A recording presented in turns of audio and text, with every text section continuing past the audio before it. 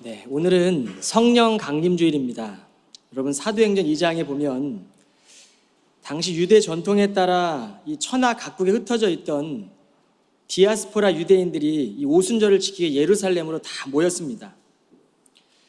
이때 제자들이 약속했던 성령을 기다리며 기도할 때 성령을 받게 됩니다. 그리고 각국의 방언으로 말하자 그들을 보던 어떤 이들은 이상히 여기기도 했고 새 포도주에 취하였다고 조롱하기도 했습니다. 그러나 베드로는 우리가 술에 취한 것이 아닙니다. 이러한 상황은 요엘 선지자를 통해서 예언되었던 하나님의 이 말씀, 하나님의 구속의 말씀이 성취된 사건이고 지금 누구든지 주의 이름을 부르는 자는 구원을 받을 것이라고 설교합니다. 그리고 요엘 선지자가 했던 약속의 말씀들을 더 길게 그의 설교를 통해서 막 전해요. 젊은이들은 꿈을 꿀 것이며 너희 노인들은 환상을 볼 것, 이런 얘기들을 막 합니다. 여러분이 성령 강림절기를 보내며 성령께서 주시는 능력으로 우리가 세상에 지쳐있던 마음 위에 주의 권능이 임하길 바랍니다. 특별히 낮아진 심령에는 성령의 열매가 맺어지기를 간절히 축원합니다. 우리가 살아가는 이 시대는 성령 시대입니다. 이 성령 시대라는 것은 이미 약속했던 성령이 성취된 시대를 우리는 살아가고 있습니다. 그러므로 이 성령은 우리로 하여금 지금도 하나님 말씀을 들을 때 깨닫게 하시고 우리를 진리 가운데로 인도해 주시는 분이세요. 고아의 아버지로 알려진 조지 뮬러 목사님의 생애는 하나님의 이 말씀이 어떻게 이루어지는지를 보여주는 증거입니다.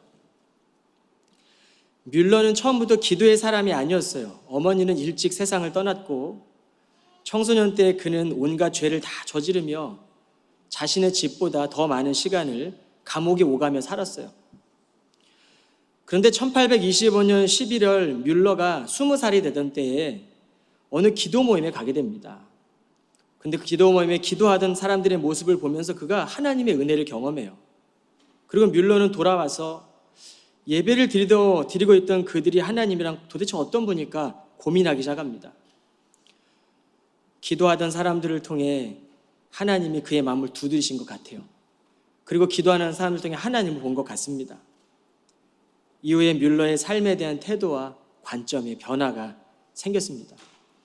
그는 수년 동안 하나님의 말씀인 성경을 통해 묵상하며 속죄의 사실을 깨닫고 하나님 안에서 하나님의 자녀가 됩니다. 뮬러가 1898년 3월 10일 별세할 때까지 그는 60년이라는 시간 동안에 사역을 했는데 수천 명의 고아들을 돌보고 한 끼도 굶기지 않았다고 기록되어 있습니다.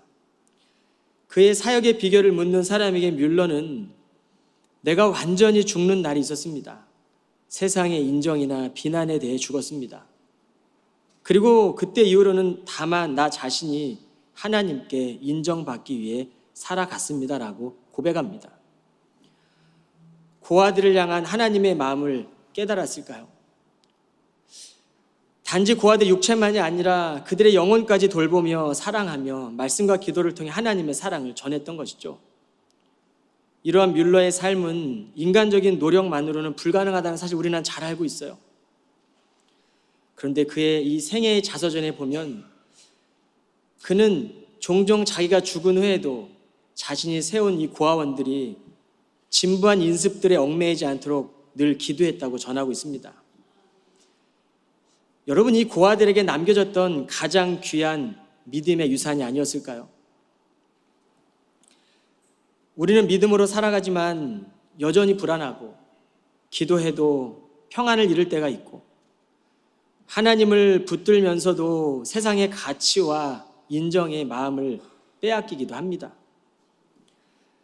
그러나 하나님은 우리가 믿는 이 믿음의 본질입니다. 우리가 기도하고 믿고 기도하는 이 기도의 대상이고 믿음의 대상이기도 하죠.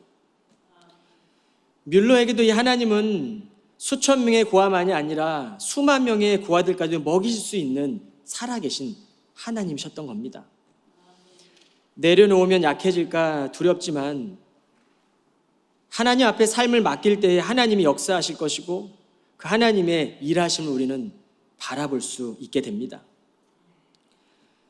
우리 안에 짓누르는 죄의 무거운 짐 앞에 이 성령 강림 절기에 우리가 성령의 인도하심으로 우리의 자아가 죽는 경험이 필요합니다. 그럴 때 연약한 우리 마음에 진정한 평안을 주시고 시대적인 혼란과 불안을 넘어설 수 있게 새 힘을 허락해 주십니다. 이것이야말로 그리스도와 함께 사는 믿음의 성도들이 붙들어야 될 신앙의 정체성입니다. 오늘 본문을 다시 보실까요? 그러면 내가 아버지께 구할 것이고 아버지께서는 다른 돕는 분을 너희에게 보내셔서 너희와 영원히 함께 하실 것이다. 그분은 진리의 영이시다. 세상은 그분을 받아들일 수 없다. 세상은 그분을 보지도 못하고 알지도 못하기 때문이다. 그러나 너희는 그분을 알고 있다. 그분이 너희와 함께 살고 또 너희 안에 계실 것이기 때문이다. 명심하여라. 나는 너희를 결코 고아처럼 버려두지 않을 것이다. 내가 꼭 너희에게 다시 오겠다. 오늘 이 본문의 말씀은 예수님의 고별 설교의 일부분입니다. 예수님이 십자가를 지시기 전에 제자들에게 하셨던 말씀 가운데 성령에 대해서 하시는 말씀입니다. 세 가지로 정리해 볼 수 있는데 첫째는 성령은 또 다른 돕는 분이다라는 겁니다. 문자 그대로 우리 곁에 와서 도와주는 자라는 뜻입니다.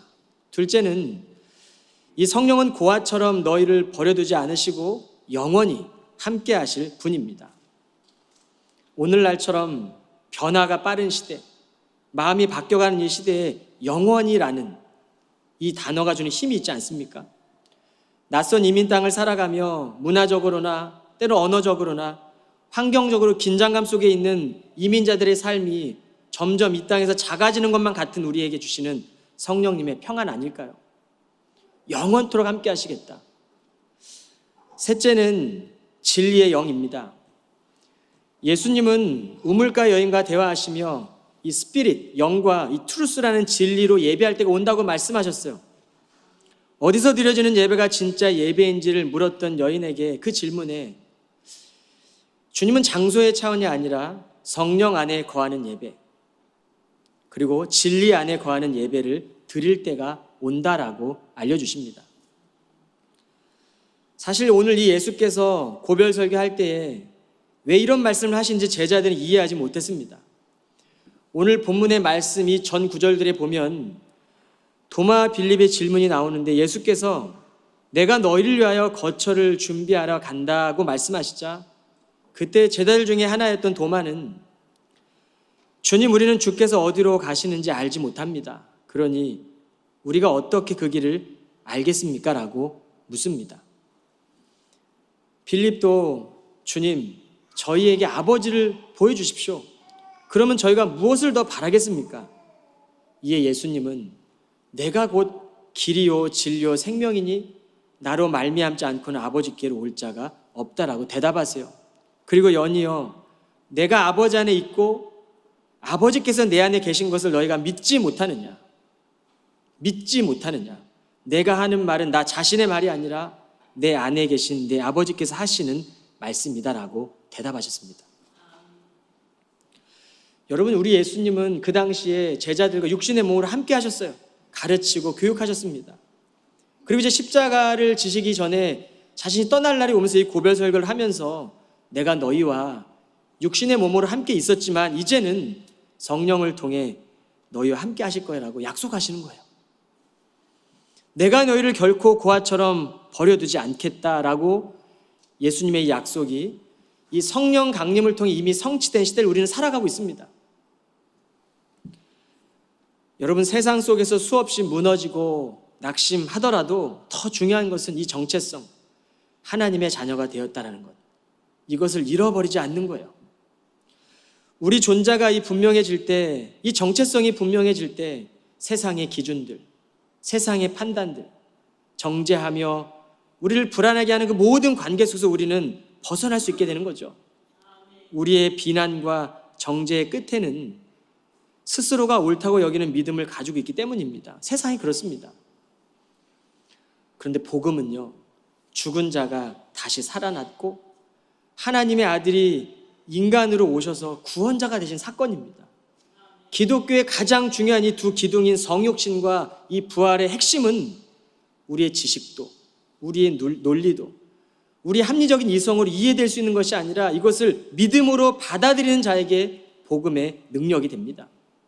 그러므로 복음은 언제나 이 하나님의 사랑 안에서 진리를 말하게 할 것이고 그리스도의 사랑으로 사람을 회복시키는 거예요. 여러분, 예수님이 제자들의 마음을 모르실 리가 없습니다. 예수께서 떠나신다고 하셨을 때 제자들은 두려웠을 겁니다.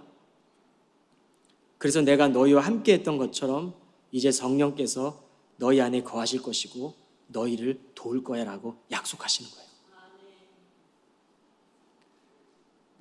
여러분, 우리 안에 내주하고 계시는 성령님은 때때로 우리가 경험하는 상실감, 때로는 우리가 세상 속에서 걷게 되는 거절감 속에서도 예수께서 하셨던 이 말씀을 기억나게 하시는 분이세요. 여러분, 제자들이 핍박 속에서도 믿음을 지킬 수 있었던 것은요, 이 성령의 능력입니다. 지속적인 능력이었습니다. 성령의 오심은 어린아이서부터 노년에 이르기까지 주를 믿는 자들에게 거하시는 진리의 영입니다. 그러므로 이 진리의 영은 죽음의 권세도 이 하나님으로부터 갈라놓을 수가 없는 거죠. 이 하나님의 사랑에서 우리를 떨어뜨릴 수가 없는 것입니다. 고난의 삶 현실 속에서도 기쁨의 근원이 성도들에게는 외적 환경이 아니라 마음 깊은 곳에 내주하고 계시는 이 성령이 샘물처럼 솟아나는 기쁨이지 않겠습니까? 사도 바울은요, 몇 사람에게도 이 복음이 전해질 수 있다면 자신은 유대인들에게는 유대인처럼, 율법이 없는 자들에게는 율법 없는 자처럼, 소외되고 연약한 이들에게는 연약한 자처럼 살았습니다. 고린도 교회에 보내는 편지에 보면 우상에 바쳐진 이 제물, 이 고기를 먹을 수 있었지만 믿음이 없는 이들이 실족하지 않도록 하기 위해서 자신은 평생을 이 제사 음식을 먹지 않는 삶을 살았어요. 사명자의 삶이죠. 그는 예수를 만났고 사명자로 살면서 이해받으려 하기보다는 이해하는 존재로 살기 위해 성령을 따라 살아간 것입니다. 사도 바울이 모든 전도여행을 다 마치고 성령에 매여 예루살렘으로 가는 길은 결박과 환난과 핍박이 기다리는 현장이었습니다. 그럼에도 바울은 성령의 힘을 의지하며 성령의 힘을 따라 성령의 메인바된 그는 주의 길을 따라갑니다. 성령께서 하늘의 상급을 바울에게 보게 하셨을 거예요. 이 땅의 소망이 아니고 영원한 소망, 하늘의 소망을 지니게 하셨을 것이고 그 소망을 지었던 바울의 삶을 통해 하나님의 영광이 드러났습니다. 바울은 성령에 대해 이렇게 증언하고 있습니다. 로마서 8장 15절입니다.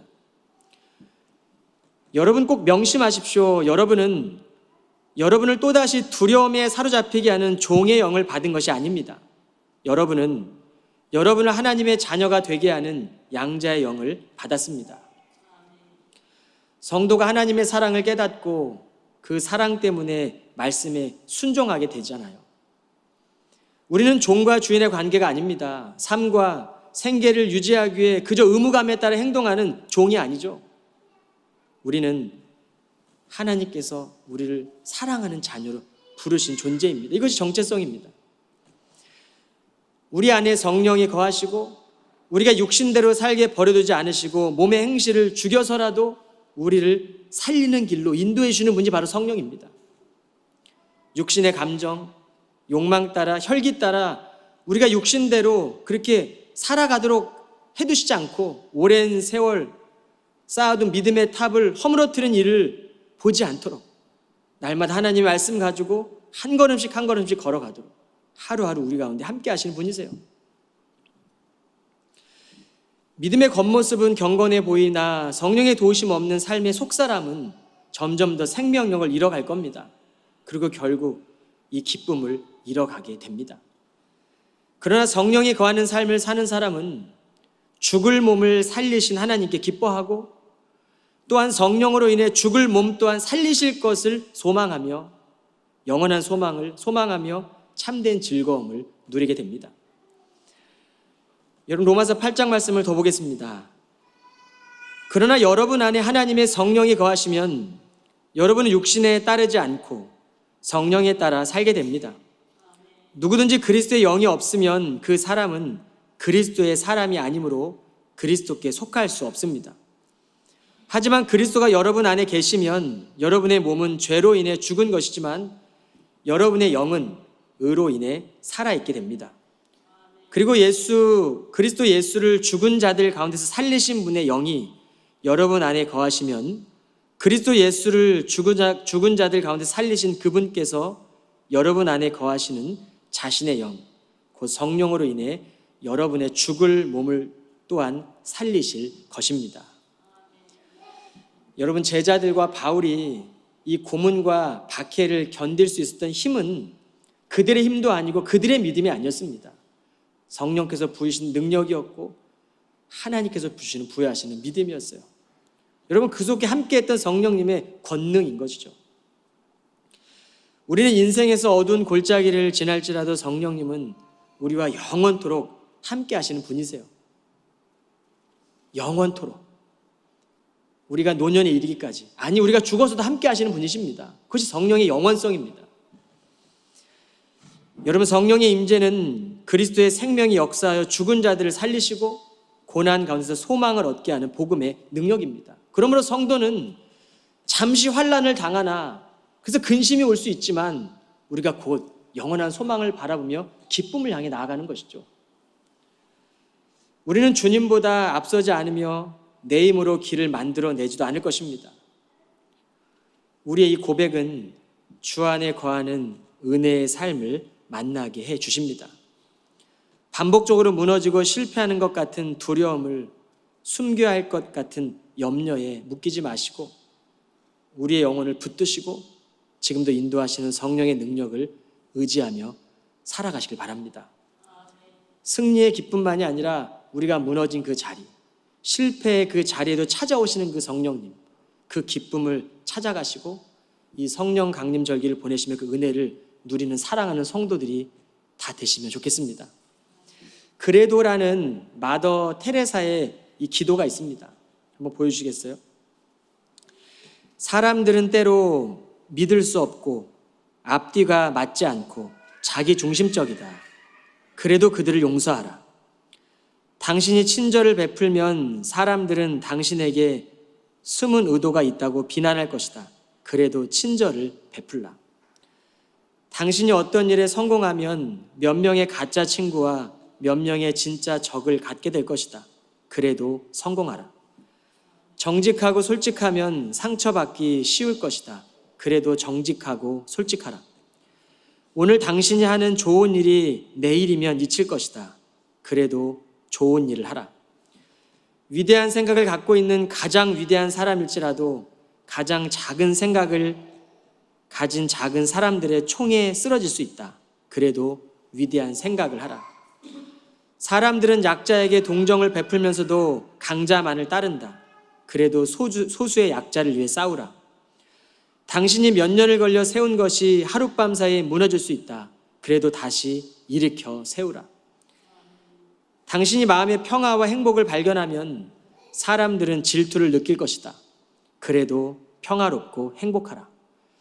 당신이 가진 최고의 것을 세상과 나누라. 언제나 부족해 보일지라도 그래도 최고의 것을 세상에 주라. 여러분, 우리의 삶에도 이 그래도의 믿음이 필요하지 않겠습니까? 여러분, 이것은 단순한 결심이나 사람의 마음이 중심이 되는 것이 아닙니다. 성령께서 허락하신 이 하나님의 마음이 우리 마음의 중심이 되어 하나님의 말씀의 진리와 사랑을 따라가는 겁니다. 우리의 힘으로는 용서할 수 없고 사랑할 수 없지만 성령님의 능력은 우리의 마음에 굳어있던 돌이 그 크신 은혜 앞에서 부서지게 됩니다.